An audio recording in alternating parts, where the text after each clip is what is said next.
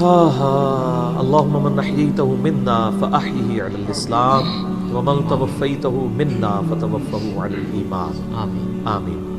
کل نفس ذائقۃ الموت، یہ قرآن حکیم میں کئی دفعہ یہ آیت ریپیٹ ہوئی ہے کہ ہر جان کو موت کا مزہ چکھنا ہے، اور یہ بات بالکل طے ہے کہ ہر شخص کی موت کی جگہ، ٹائم، سیکنڈز تک اللہ تعالیٰ نے ڈیفائن کر دی ہے اس کی تقدیر میں، وہ آگے پیچھے نہیں ہو سکتی، نیور، ناٹ ایٹ آل۔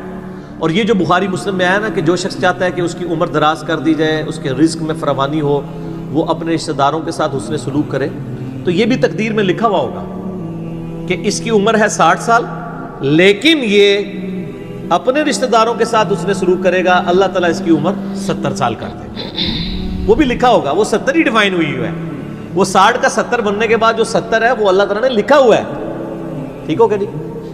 تو یہ اللہ تعالیٰ کے یعنی فیصلے ہیں، قرآن حکیم بالکل واضح ہے۔ سورہ آل عمران میں آتا ہے کہ جب غزوہ احد کے موقع کے اوپر منافقین نے کہا نا کہ ہم نے اپنے بھائیوں کو منع کیا تھا کہ احد کے میدان میں نہ جاؤ ورنہ قتل ہو جاؤ گے، تو اللہ تعالیٰ نے فرمایا اگر ان کی موت کا وقت آ چکا ہوتا یہ خود کھنچے چلے جاتے اپنی مقتل گاہوں کی طرف، یہ اپنے آپ کو روک بھی نہ پاتے۔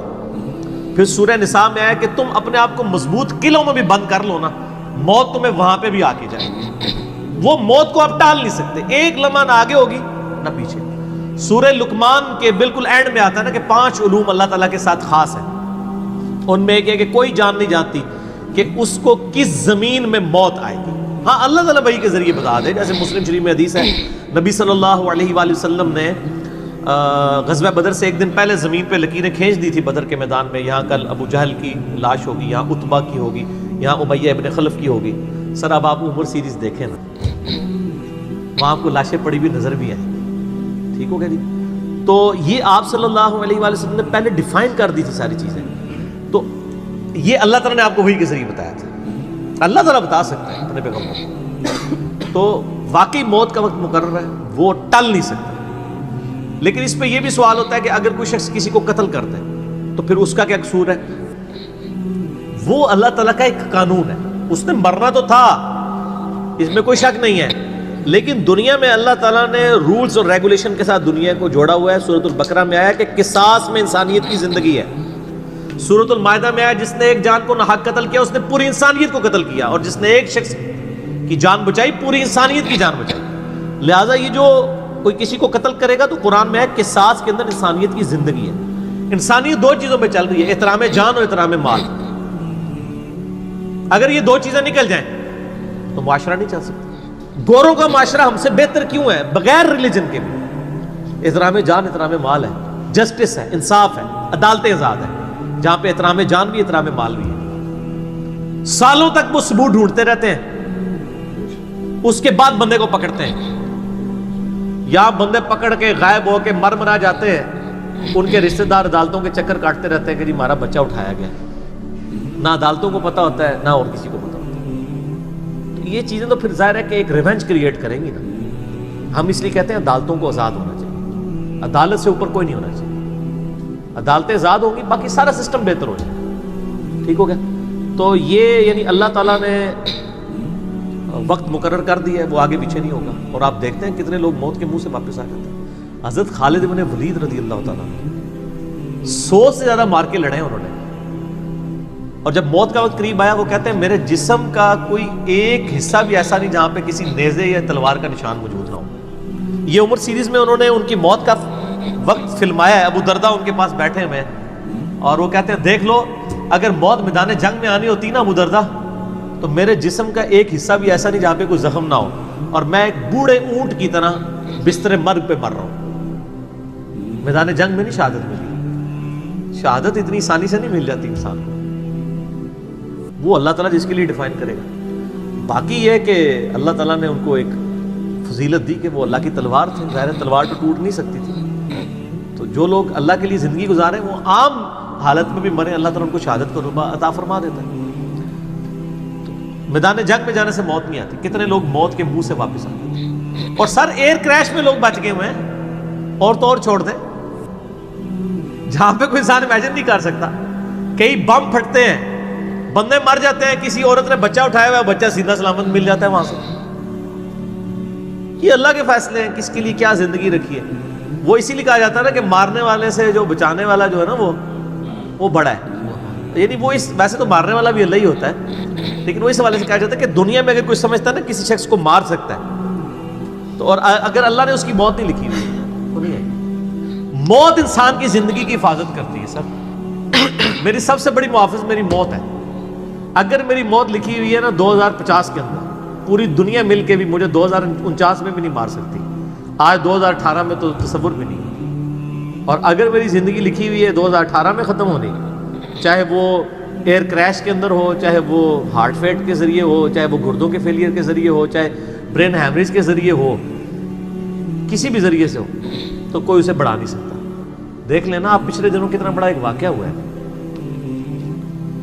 یعنی ہمارے پاکستان میں 3 ٹائمز جو پرائم منسٹر رہے ہیں نواز شریف صاحب، ان کی بیوی 1 سال سے زیادہ وینٹیلیٹر کے اوپر رہی ہے.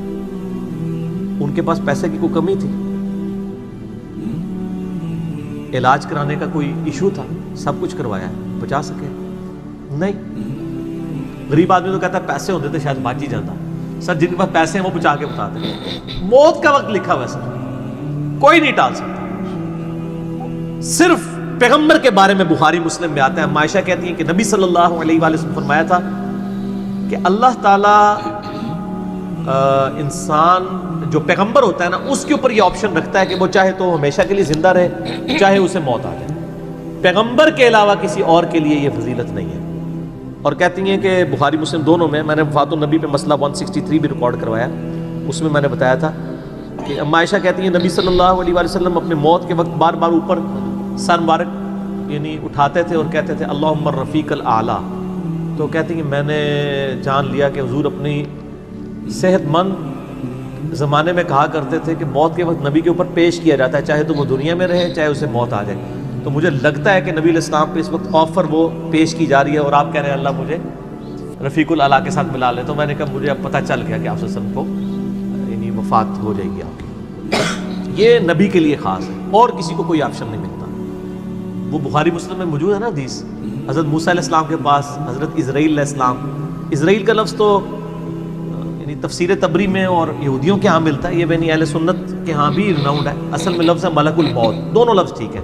ملک الموت علیہ السلام حضرت موسیٰ علیہ السلام کے پاس گئے، انہوں نے آگے سے تھپڑ مار دیا، ان کی آنکھ نکل گئی، انسانی شکل میں آئے تھے.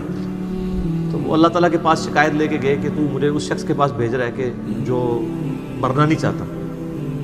اللہ تعالیٰ نے فرمایا اس کو جا کے کہو کہ تم جو ہے وہ بیل کی پشت کے اوپر ہاتھ رکھو، تمہارے ہاتھ کے نیچے جتنے بال آ جائیں گے نا اتنے سال بھی زندگی تمہاری اور بڑھا دی جائے، سینکڑوں سال. تو حضرت موسیٰ نے کہا اس کے بعد ان کا اس کے بعد موت. کل نفس ذائقۃ الموت، موت تو سب کو آنی ہے، ایک ہی ہے جسے موت نہیں آنی. یا حی یا قیوم برحمتک استغیث، اے خود سے زندہ اور ہر چیز کو تھامنے والے، باقی وہ سب کو موت آنی ہے. تو انہوں نے کہا پھر بعد میں آنی ہے تو ابھی کیوں نہیں؟ موت نہیں کوئی ٹال سکتا سر، ورنہ پیغمبروں کے لیے ٹل جاتی. وہ پیغمبروں کو جو آفر بھی لگائی گئی ہے وہ یہ نہیں ہے کہ ہمیشہ زندہ رہیں گے، نہیں، قیامت تک. قیامت میں تو سب کو موت آ ہی جانی ہے، ٹھیک ہے نا. اور پھر ایک وہ وقت بھی ہوگا جب اللہ تعالیٰ پوچھے گا لمن الملک اليوم، تو کوئی جواب دینے والا نہیں ہوگا، سب کو موت آ چکی ہوگی. سارے فرشتے، جنات، انسان، مخلوقات، اللہ خود ہی جواب دے گا للہ الواحد القہار. سورہ المومن میں آتا ہے آج کے دن اس واحد قہار کی حکومت ہے. پھر اللہ تعالیٰ پوچھے گا کہاں ہے آج وہ جابر حکمران، بڑے بڑے بادشاہ کدھر ہیں؟ تو اللہ کے لیے کوئی مسئلہ ہے کسی کو یعنی پلک جھپکنے میں مسل دینا؟ تو موت اللہ تعالیٰ نے ڈیفائن کی. اور موت کیا، آپ کو جو تکلیفیں پہنچتی ہیں سر وہ بھی ڈیفائنڈ ہے. قرآن میں وَلَنَبْلُوَنَّكُمْ بِشَيْءٍ مِّنَ الْخَوْفِ وَالْجُوعِ وَالنَّقْصِ مِّنَ الْأَمْوَالِ وَالْأَنفُسِ وَالثَّمَرَاتِ، ہم ضرور تمہیں آزمائیں گے تھوڑے سے خوف سے، بھوک سے، جان اور مال میں نقصان سے، پھر چیک کریں گے کون ہے صبر کرنے والا. اور جو صبر کرنے والا ہے اذا اصابتهم مصیبت قالوا انا للہ وانا الیہ راجعون. تو پھر ان لوگوں کے ساتھ اللہ تعالیٰ ہوتا ہے جو کہتے ہیں ہم بھی اللہ کی طرف سے آئے تھے، اللہ کی طرف چلے جائیں گے، یہ تکلیف بھی آئی تھی الٹیمیٹلی تو چلی جائے گی نا. ان اللہ مع الصابرین، اللہ تعالیٰ صبر کرنے والوں کے ساتھ ہے. اس حوالے سے ایک آیت قرآن حکیم کی بڑی کریٹیکل ہے، مجھے ضمناً یاد آ گئی، سورہ الحدید کے اندر ہے. بہت کرٹیکل آیت ہے، اور یہ ٹاپک قرآن حکیم میں صرف سورہ الحدید کے اندر ہی ایڈریس ہوا ہے، اور جس طریقے سے یہ شد و مد کے ساتھ بیان ہوا ہے نا، آیت نمبر 22-23، اعوذ باللہ من الشیطان الرجیم، ما اصاب من مصیبت فی الارض، کوئی مصیبت بھی زمین میں نہیں آتی، ولا فی انفسکم، اور نہ تمہاری جانوں میں، یعنی زمین پہ جتنے زلزلے آتے ہیں، طوفان آتے ہیں، سونامی آتے ہیں، قحط پڑتا ہے، یہ جتنے بھی عذاب آتے ہیں یا تکلیف آتی ہیں، اور نہ تمہاری جان میں، یعنی کسی کو کینسر ہوتا ہے، کسی کے گردے فیل ہوتے ہیں، کسی کی آنکھ ضائع جاتی ہے، کسی کے اوپر فالج کا اٹیک ہو جاتا ہے، کسی کو ہارٹ اٹیک ہوتا ہے، اللہ تعالیٰ فرماتا ہے یہ ساری تکلیف چاہے زمین پہ ہیں یا تمہاری جانوں پہ، الا فی کتاب من قبل ان نبرأها، وہ تو پہلے ہی ہم نے لوح محفوظ پہ لکھی ہوئی ہیں، اس سے پہلے کہ ہم ان کو بھیجے، ڈیفائن ہے، ہونا ہے کہ فلاں تاریخ کو اتنے بجے اس کے ساتھ یہ ہوگا، یہ ڈیفائن ہے۔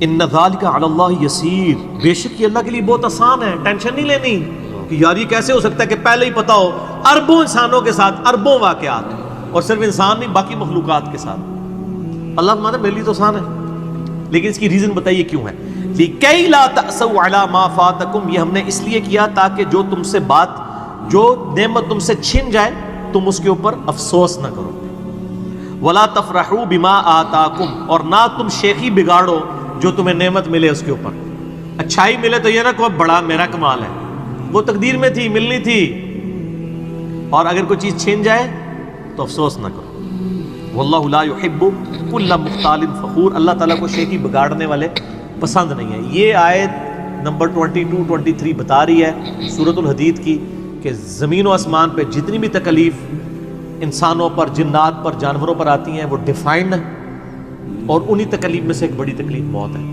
وہ بھی ڈیفائنڈ ہے، وہ کوئی ٹال نہیں سکتا، کوئی کسی کی موت کو ٹال نہیں سکتا، اور نہ کوئی کسی شخص کو موت دے سکتا ہے۔ آپ دیکھیں لوگوں نے کتنی کتنی ایفرٹس کی ہیں، خود ہمارے نبی صلی اللہ علیہ وآلہ وسلم پہ کس قسم کی ایفرٹس کی گئی ہیں، اللہ تعالیٰ نے آپ کو کس طریقے سے مکے سے نکال کے مدینے تک پہنچا دیا، اور وہ بخاری مسلم میں بڑی مشہور حدیث ہے، آپ تو درخت کے نیچے آرام کر رہے تھے، تلوار سائیڈ پہ لٹکائی ہوئی تھی، ایک عرابی آیا دشمن، اس نے موقع غنیمت جانا کہ آپ سوئے ہوئے ہیں، اس نے تلوار اٹھائی اور نبی صلی اللہ علیہ وسلم کے یہاں پہ رکھ دی اور کہا محمد آج تجھے میرے ہاتھوں سے کون بچائے گا؟ تو نبی صلی اللہ علیہ وسلم نے کوئی کانفیڈنس لوز نہیں کیا، ان کو پتا تھا والذی ارسل رسولہ بالہدی ودین الحق لیظہرہ علی الدین کلہ، اللہ نے اپنے نبی کے پیچھے اللہ ہے، ان کا اللہ بچائے گا، اللہ جب سنا اس کے ہاتھ کانپنے شروع ہو گئے، اس کے ہاتھ سے تلوار ہی گر گئی، نبی علیہ السلام نے وہ تلوار اٹھائی اور کہا اب تجھے میرے ہاتھوں سے کون بچائے گا؟ یہ بخاری مسلم دونوں میں یہ واقعہ، اس نے کہا آپ تو معاف فرمانے والے ہیں، درگزر فرمانے والے ہیں، تو یعنی آپ کے وہ حسن اخلاق سے پھر متاثر ہوا، مسلمان ہو گیا۔ مسئلہ یہ ہے کہ یہ کانفیڈنس آپ کو ہونا چاہیے۔ بخاری مسلم میں حدیث ہے کہ غزوہ حنین کے موقع پر کچھ صحابہ کی زبان سے نکل گیا کہ بدر میں تو 313 تھے، غالب آ گئے تھے، آج تو ہم 12,000 ہیں، کافر تو بڑے تھوڑے ہیں، اور یہ ذکر سورۃ الانفال میں آیا غزوہ حنین کا، یہ فتح مکہ کے بعد بھی ہوئی تھی یہ جنگ، مشرکین عرب سے آخری جنگ قبیلہ حوازن کے خلاف۔ اللہ نے فرمایا جب تم نے یہ جملہ بولا نا پھر تمہیں بھاگنے کی جگہ نہیں ملتی تھی، حوازن کے لوگوں نے جب تیر چلائے تو 12,000 میں سے صرف 80 بندے نبی علیہ السلام کے ساتھ رہ گئے، باقی سب بھاگ گئے۔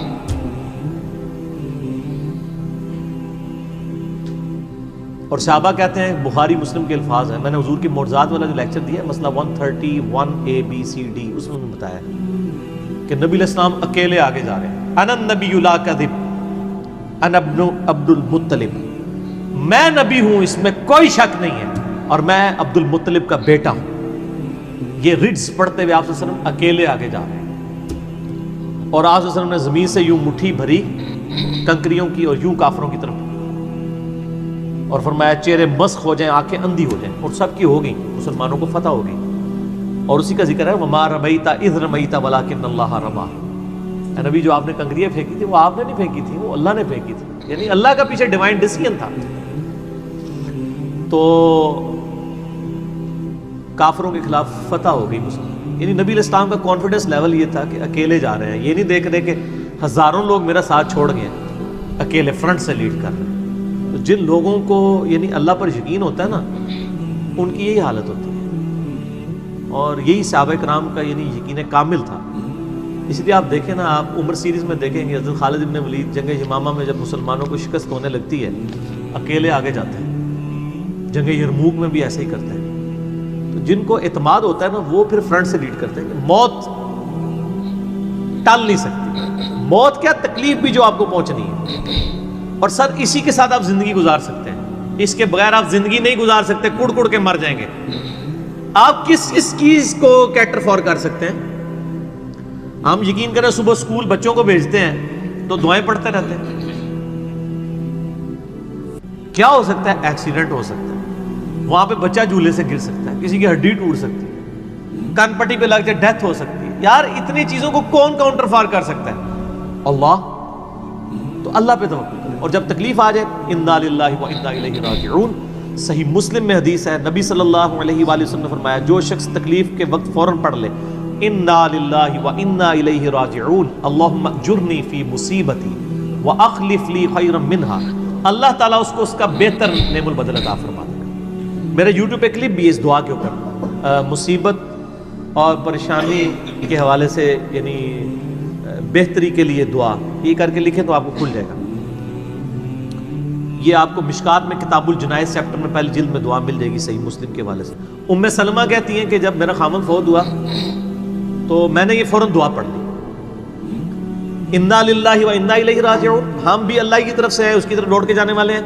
اللہم اجرنی فی مصیبتی، اے اللہ مجھے اس مصیبت میں بہتر اجر عطا فرما، واخلف لی خیرا منہا، اور مجھے اس سے بہتر بدلہ عطا فرما.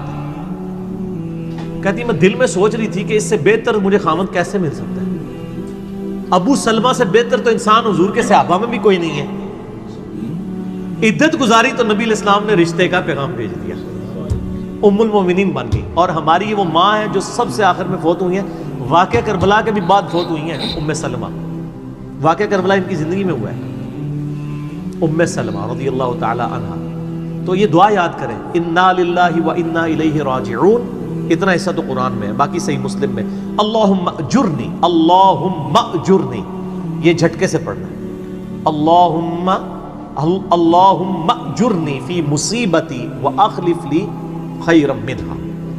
تو باقی ہم تو دعائیں کر سکتے ہیں، باقی صبح شام کے اذکار ہیں، اللہ کی طرف رجوع لائیں، وہ اتنی چیزوں کی حفاظت کرنے والا ہے. باقی سب سے بڑی تو حفاظت یہ ہے جو سورہ غافر میں، سورہ المومن میں آیا کہ اصل میں کامیاب وہ ہوا جو دوزخ کی آگ سے بچا لیا گیا. سر دنیا میں آپ کو کوئی کتنا عذاب دے لے گا، الٹیمیٹلی تو موت آ کے آپ کو آزاد کر دے گی. جب فرعون کے دربار میں وہ جو جادوگروں نے کلمہ پڑھ لیا تھا تو اس نے کہا تم نے میری اجازت کے بغیر پڑھ لیا، میں تمہیں تمہارے مخالف سمت کے ہاتھ پاؤں کٹوا کے تمہیں سولی پہ چڑھا دوں گا. تو انہوں نے کیا کہا تھا؟ انہوں نے کہا تو جو کچھ دے گا دنیا کی زندگی میں عذاب دے سکتا ہے نا، کوئی شخص کسی کے مرنے کے بعد تو اسے عذاب نہیں دے سکتا نا. وہ لاش تو بس لاش ہی پڑی ہے نا، اصل چیز تو روح تھی نا. تو تیرا اختیار تو دنیا کی زندگی تک ہے. تو یہ کانفیڈنس لیول ہونا چاہیے کہ کوئی کسی شخص کو کتنی تکلیف دے لے گا، موت تو پھر بہرحال تکلیف سے آزادی کا ذریعہ بن جائے گی. اگر پھر اللہ کی مرضی کی زندگی گزاری ہے تو آزادی کا ذریعہ ہے، ورنہ اب تو کہتے ہیں کہ مر جائیں گے، مر کے بھی نہ چین پائے تو کدھر جائیں گے. تو سر یہ لوگ تو کہہ دیتے ہیں نا مر گئی تو جان چھٹی، نہ، مرنے تو بعد جان پھڑی گئی، چھٹی اس کی جس نے دنیا اللہ کی مرضی کی گزاری. جس نے دنیا اپنی مرضی کی گزاری تو اس کی جان تو پھر مرنے کے بعد اور پھنس گئی. ٹھیک ہو گیا جی. تو موت کا وقت مقرر ہے، کوئی نہیں ٹال سکتا.